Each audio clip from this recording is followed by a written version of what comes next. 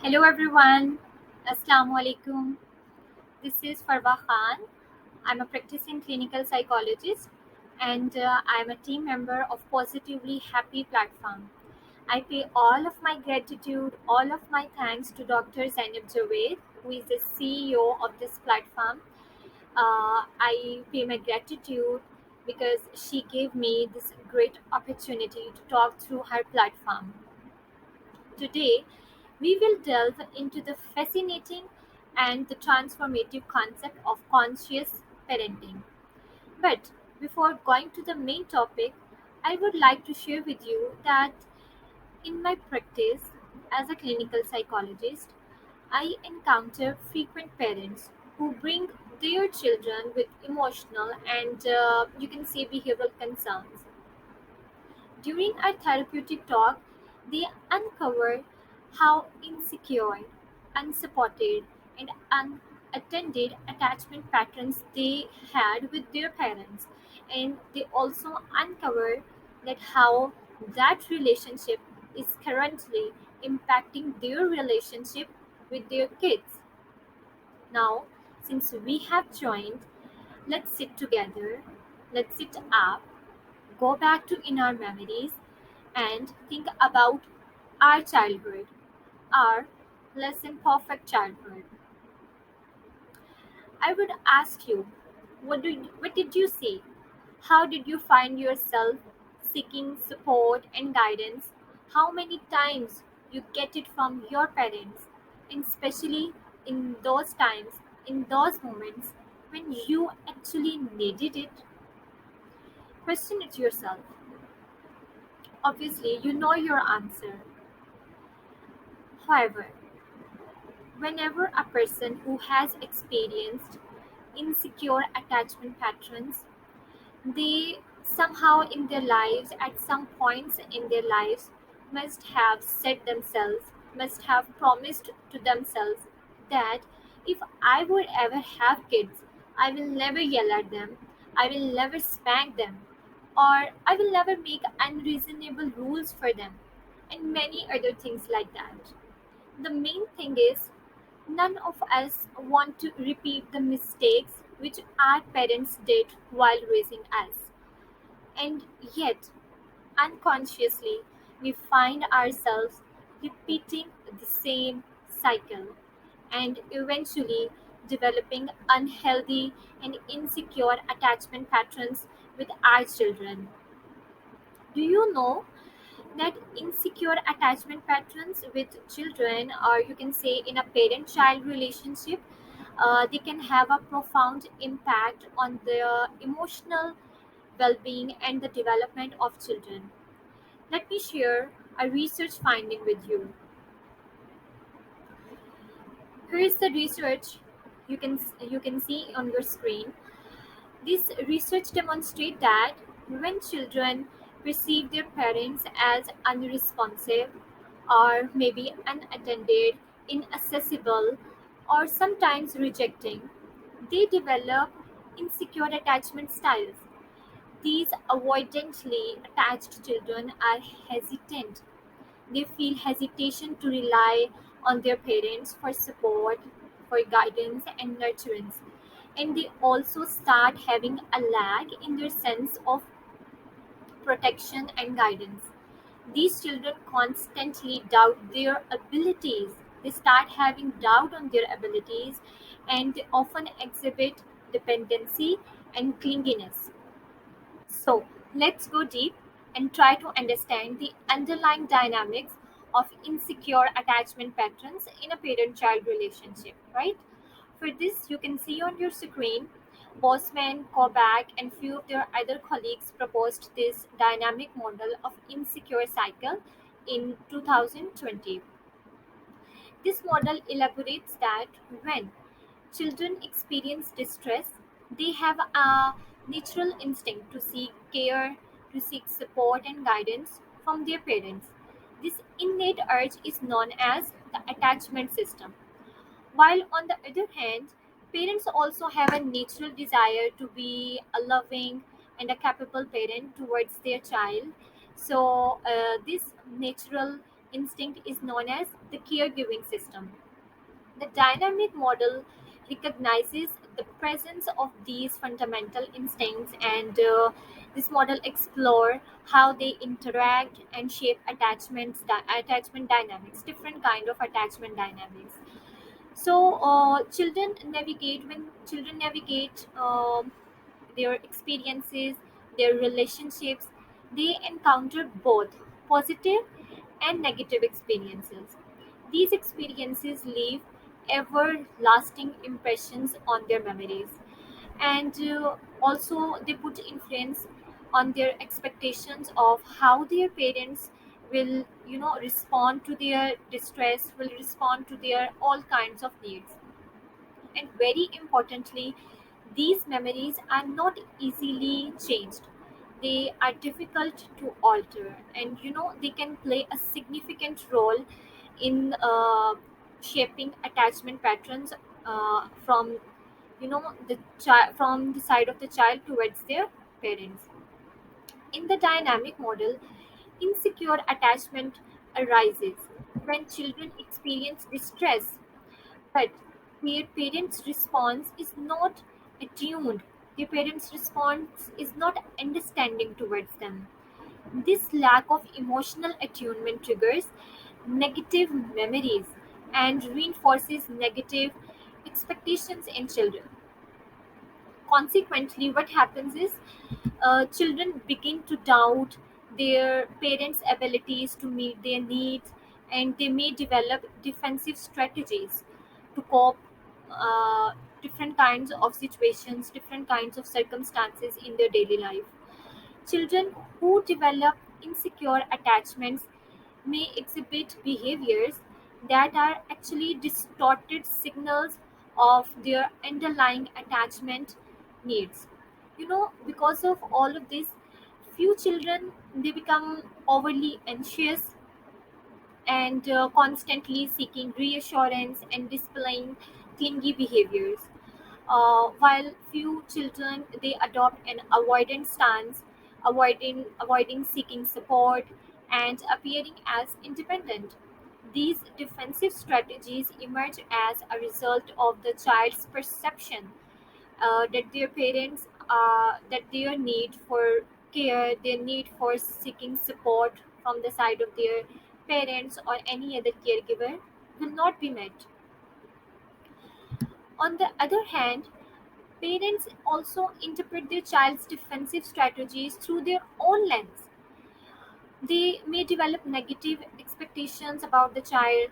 They might see the child's behavior as inappropriate, which we also see around us, and they try to stop these behaviors, they try to stop these attempts of their children.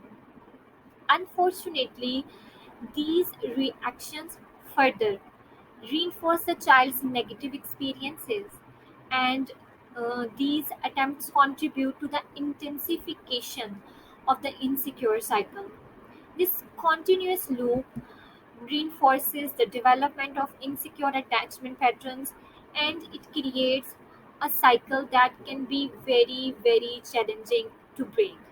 But the parents who have developed insecure attachment styles with their children, now it is necessary for them to break this cycle. It is necessary for them to be unlike their parents. Not because you love them less now, we love them less, our parents now, not because of it, but because we have the transformative tools now that they did not have at their time. They must be doing, I really believe that they must be doing their best based on what they knew at that time. But we are now armed with the latest knowledge, with the latest tools, with the latest research findings. We have a realization that how we get triggered by our kids' behaviors. Now, we as parents can take a conscious approach to a nurturing secure attachment pattern with our children. By you We can do this by being attuned and responsive towards our kids, by being responsive towards our kids emotional needs. We can create an environment of emotional safety and emotional trust.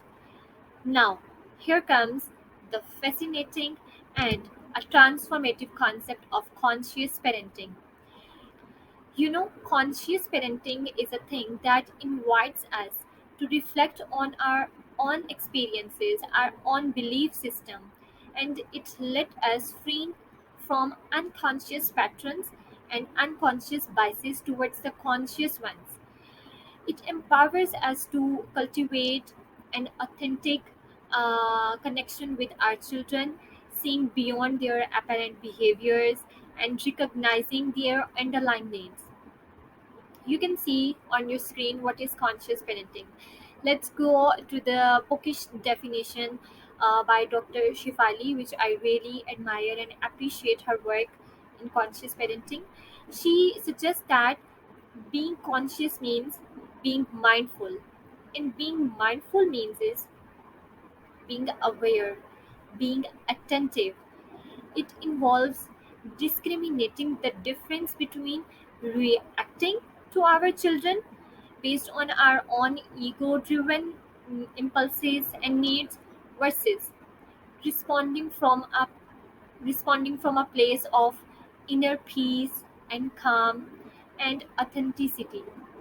In essence, it's all about staying present, fully present in the current moment despite the circumstances, whatever the circumstances that unfold.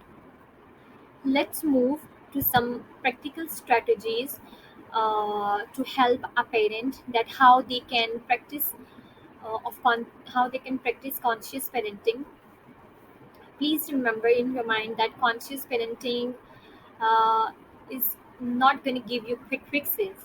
There is no instant solution to build a relationship with your child in a night, in a day, or maybe in a month.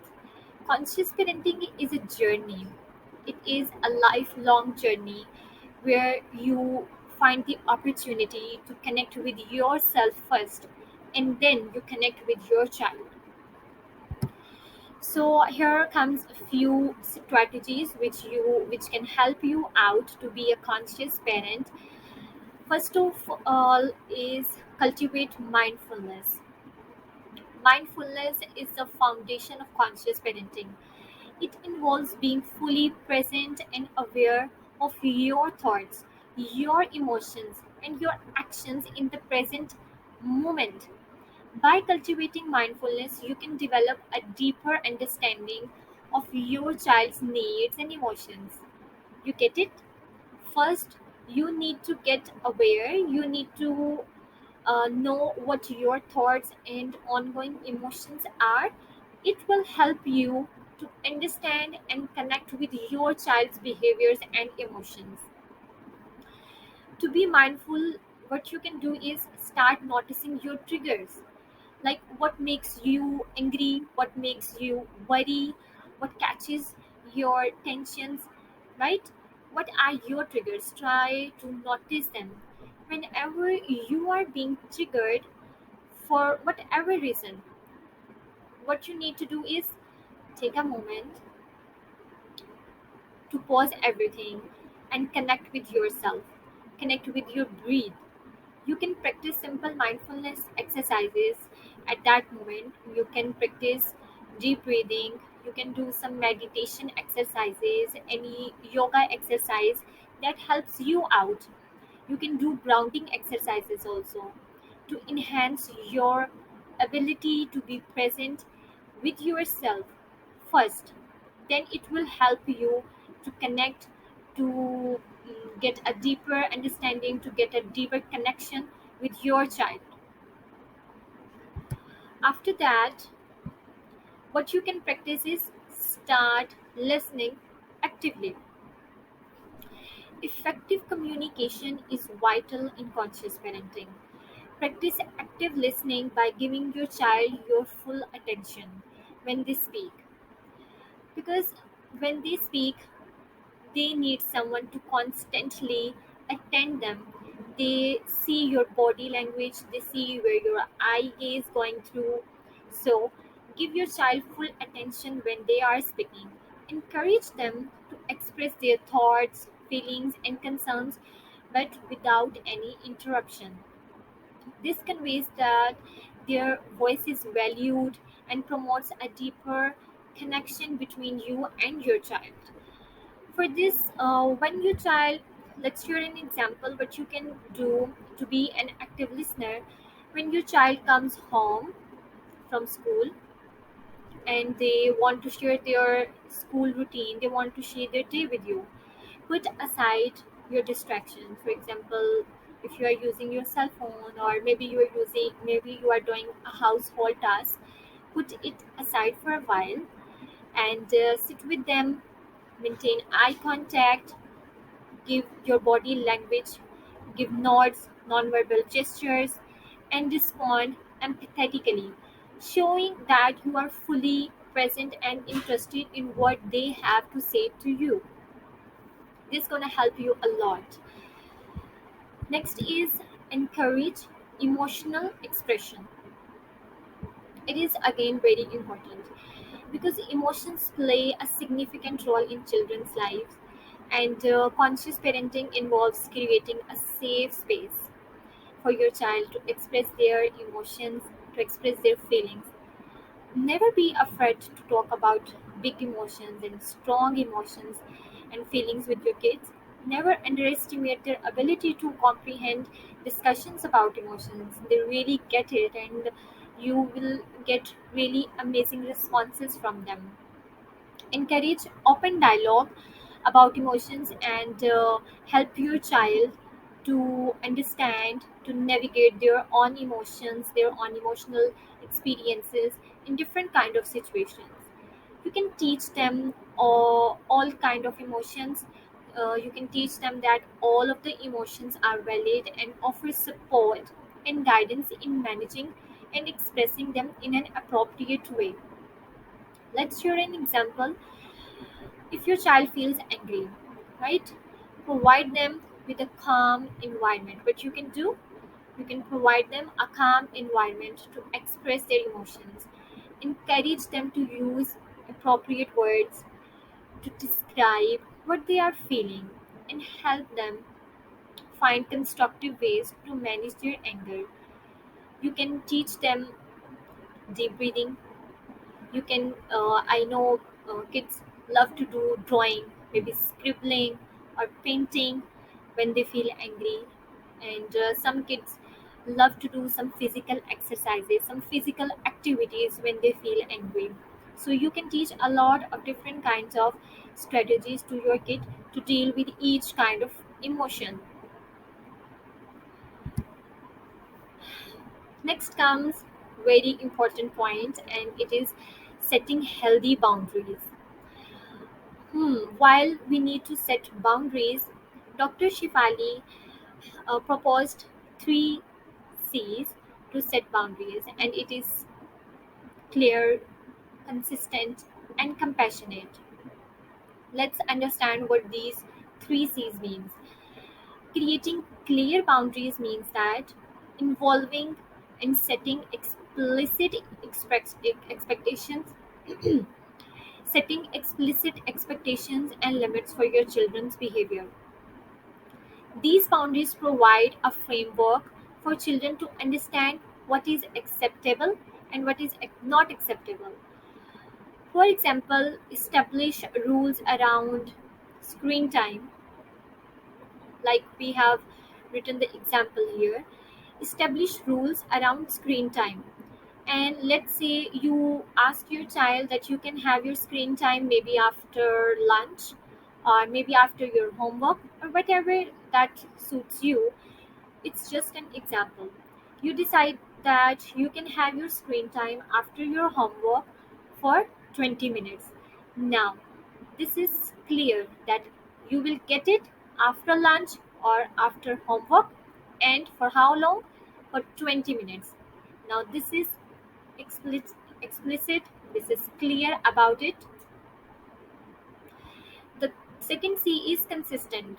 Consistency is in applying boundaries is very crucial because for children, it helps them to grasp and internalize expectations.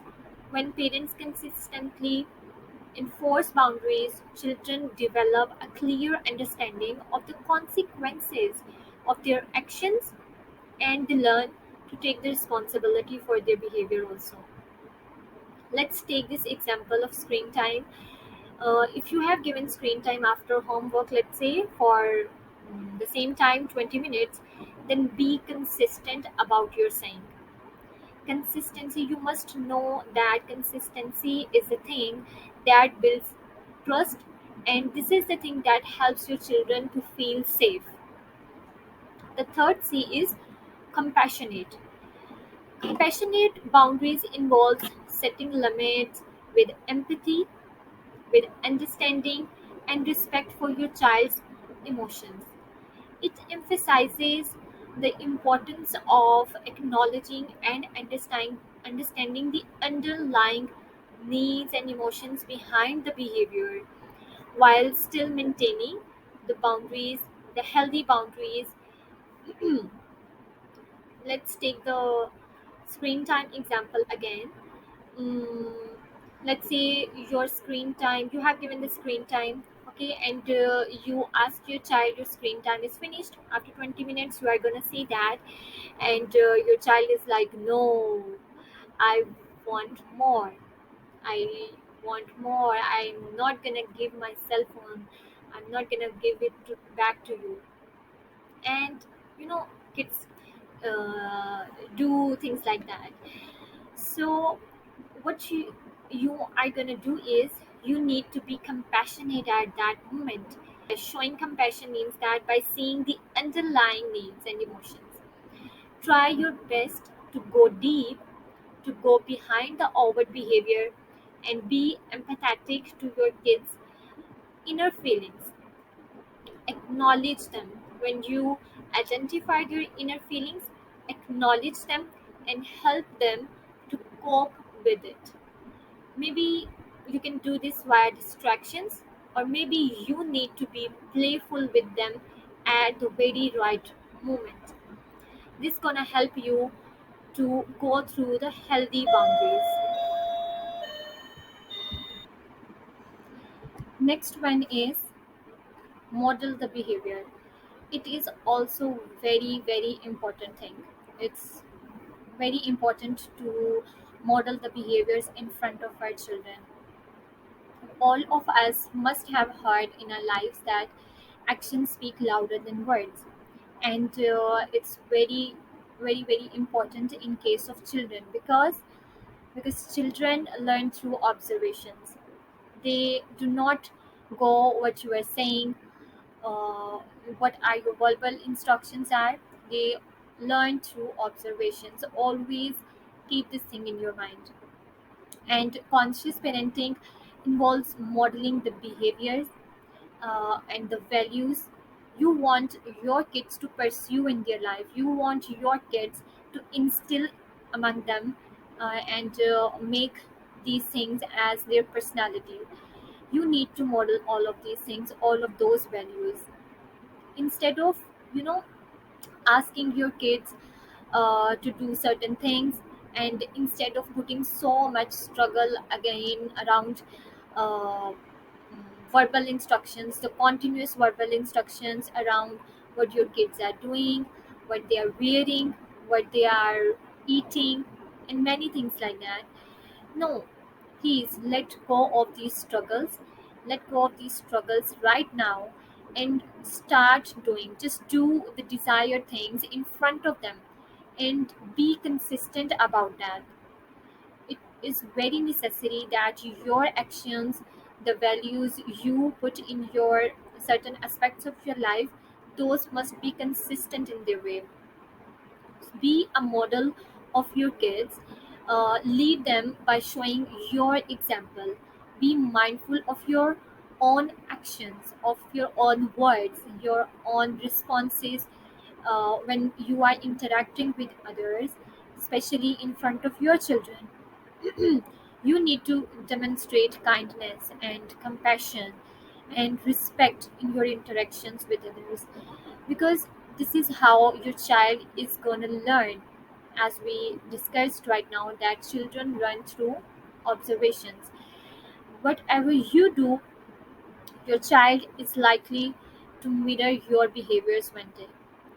Let's see this through an example. As the example is written here is, if you want your child to develop a habit of eating healthy food, uh, the healthy food example is eating vegetables. If you want your child to eat vegetables instead of eating the junk food, you need to demonstrate it by yourself. You need to eat in your maybe lunch or dinner, demonstrate it. So your child is gonna mirror this same behavior one day. Let's share another example. I actually very wonder about it, that how come parents think that they can stop their kids,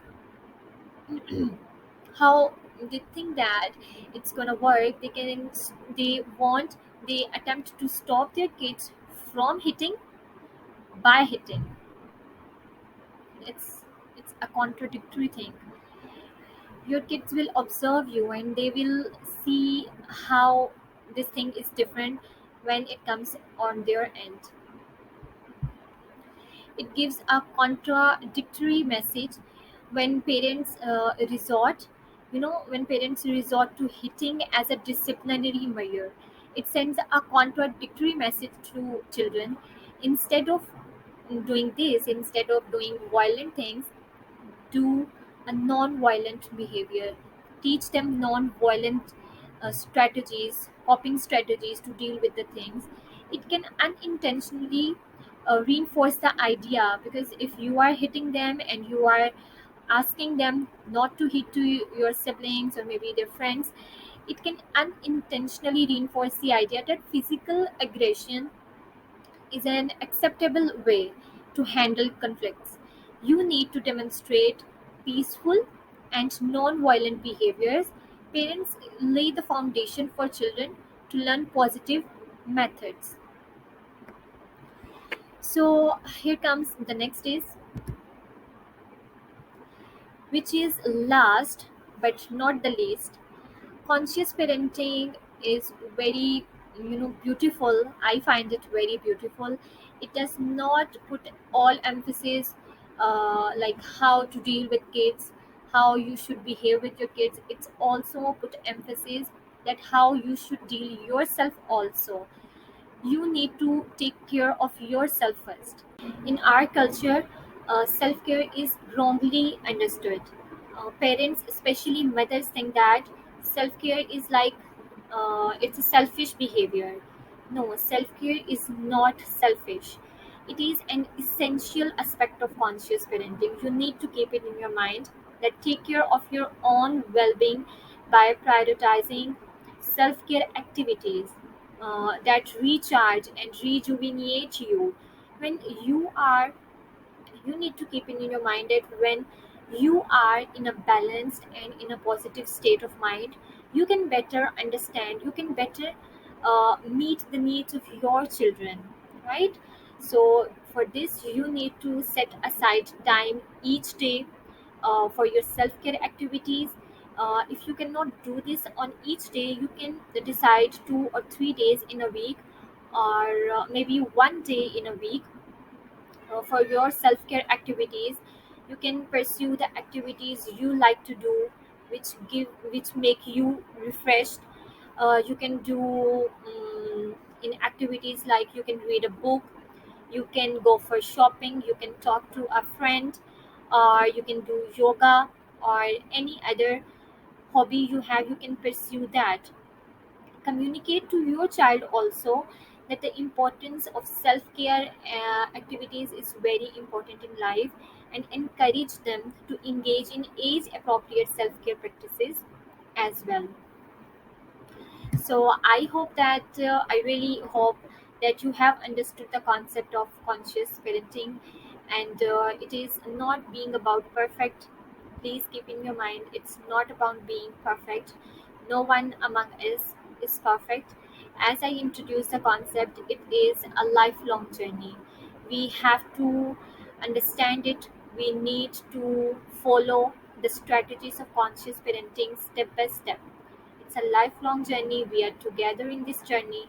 Together, let us embark on this extraordinary journey of conscious parenting and cherishing the opportunity, right? Cherish the opportunity to connect with our kids, to connect deeply with ourselves also, and create a world of love for ourselves, for our children, and the world of understanding for the generations to come. Thank you so much, and feel free yourself. If you have any question, you can reach me out on the platform of Positively Happy. Thank you so much.